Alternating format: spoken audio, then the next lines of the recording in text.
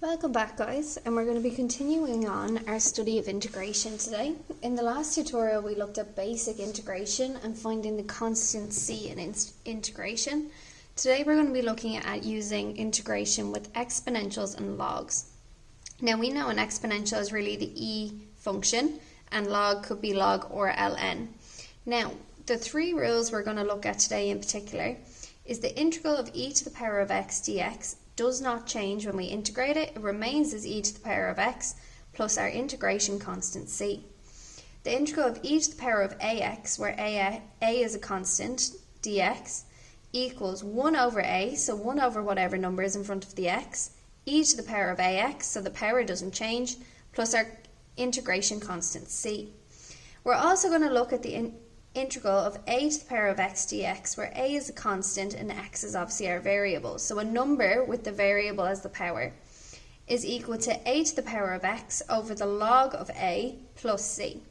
Now all of these rules can be found on page 26 in your log tables, and as you can see I've gone to page 26 and highlighted each of the rules as I add them to my repertoire as we go through. So you can see the three rules I'm specifically talking about are here, and eventually when it comes to exam questions we're going to look at this second rule here, which is the integral of 1 over x will give you the log of x.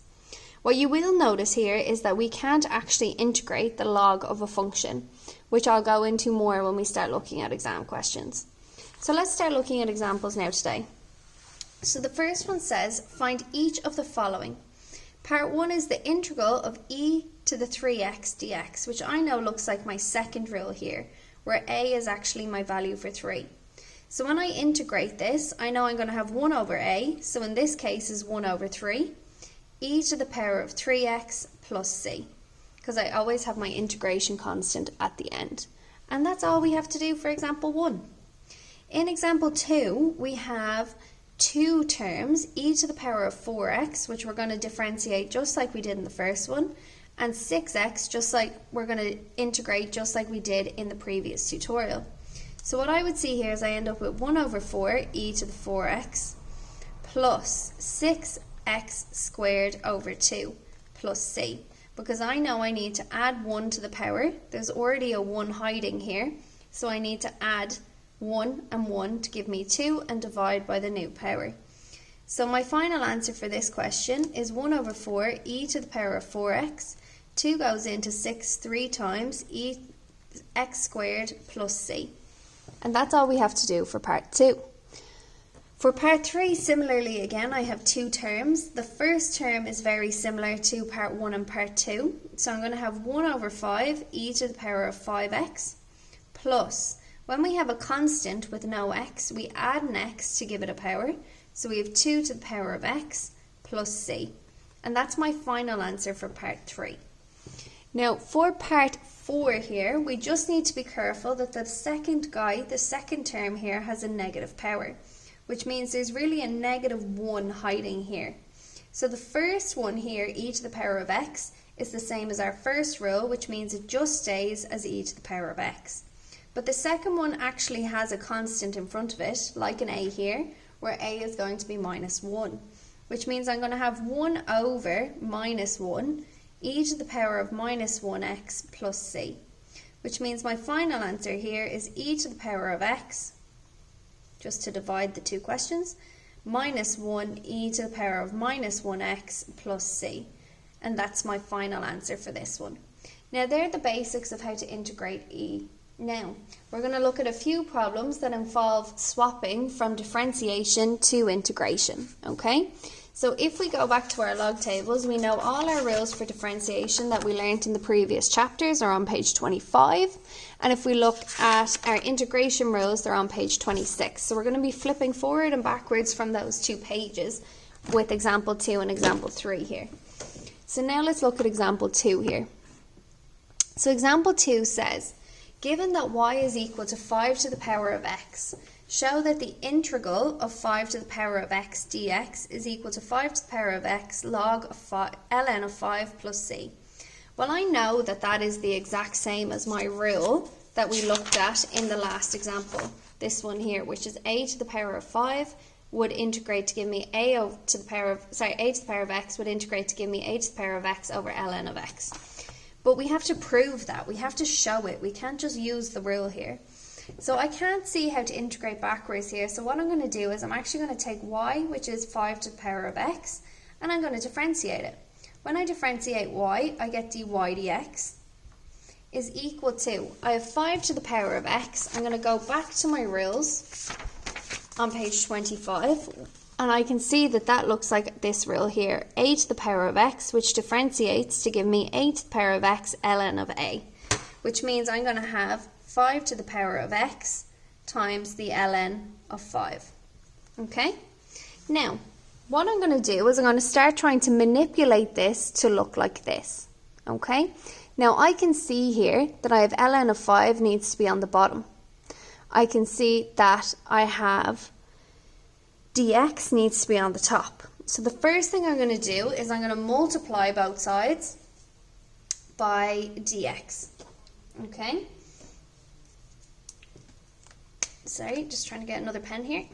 So I'm going to multiply both sides by dx. It cancels on the left hand side to leave me with dy is equal to 5x ln of 5 dx. Okay, so I'm getting closer here.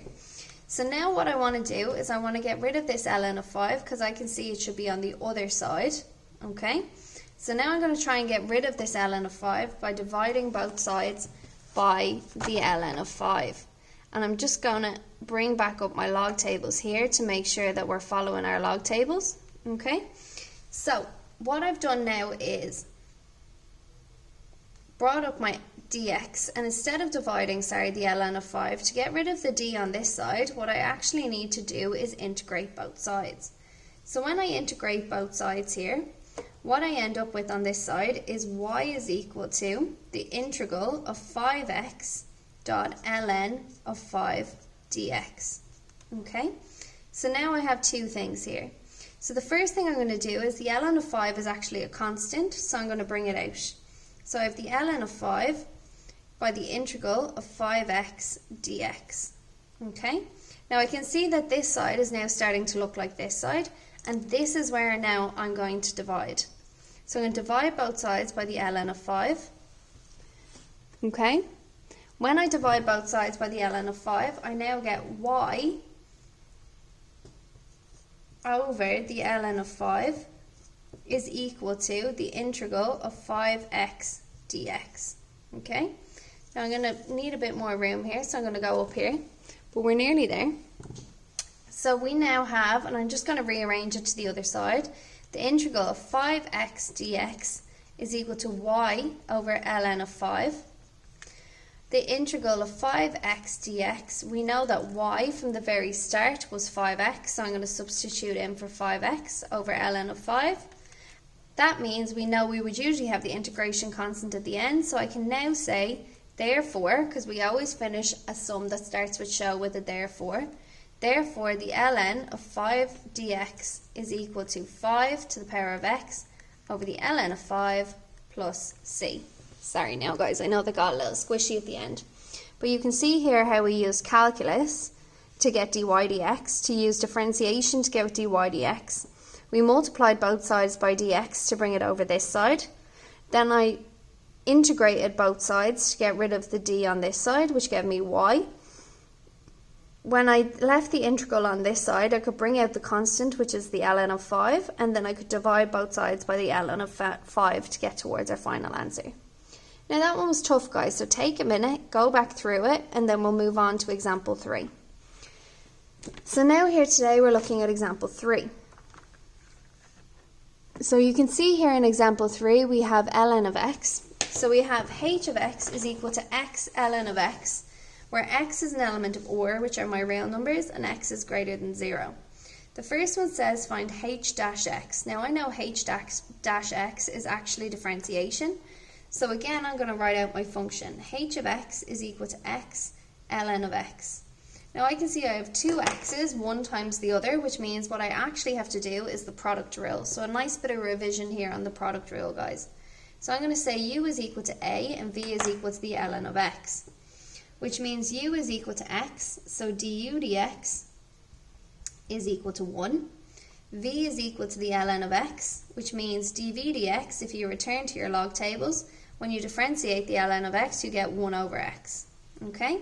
So now I'm going to say h dash x is equal to u dv dx plus v du dx, which again, guys, is the product rule, which can be found on page 25 in your log tables. And I'm going to sub in what we have from above. So u we know is x, dv dx is 1 over x, plus v, which is ln of x, by 1.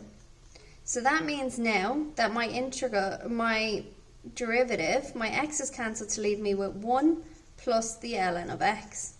Okay, we don't have a plus c, guys, because remember, we're integrating here. We are not differentiating. We are integrating here. Okay, now the next bit says hence. Hence always means I'm going to use my answer to the question before. Find the integral of the ln of x dx. Now, we know we're looking at integration now, and we just came away from differentiation. So, for example, if I integrated 1 plus the ln of x dx, which was our last answer, I can see that that would give me what we started off with, which was x ln of x. Okay? We know this because this is what we did in the last question. We showed that this is derived to this, which means going backwards using integration. If I integrate this, I should get this. Okay? So the next thing I'm going to do is I'm going to split my integral here. So I have the integral of 1 dx plus the integral of ln of x dx is equal to x ln of x. Now I can see the integral of ln of x dx is what we're looking for. We're looking for this guy. When I integrate the 1, again, a constant when you integrate it just increases to an x. I can't integrate the ln of x dx, but I can isolate it to get an answer. Which means when I bring my x now to the other side, I'm going to have the integral of ln of x dx is equal to x ln of x minus x. And now I have my final answer. The integral of ln of x dx is equal to x ln of x minus x. And that's my final answer, guys. Which is why part 1 was connected to part 2, because we wouldn't have been able to do part 2 unless we had the derivative in part 1. Now, guys, again, there was a lot in this tutorial, so take a minute, go back through example 1, example 2, example 3, go through your log tables and become familiar with the rules, add the examples into our notes, and then we're going to look at some sums. Thanks, guys.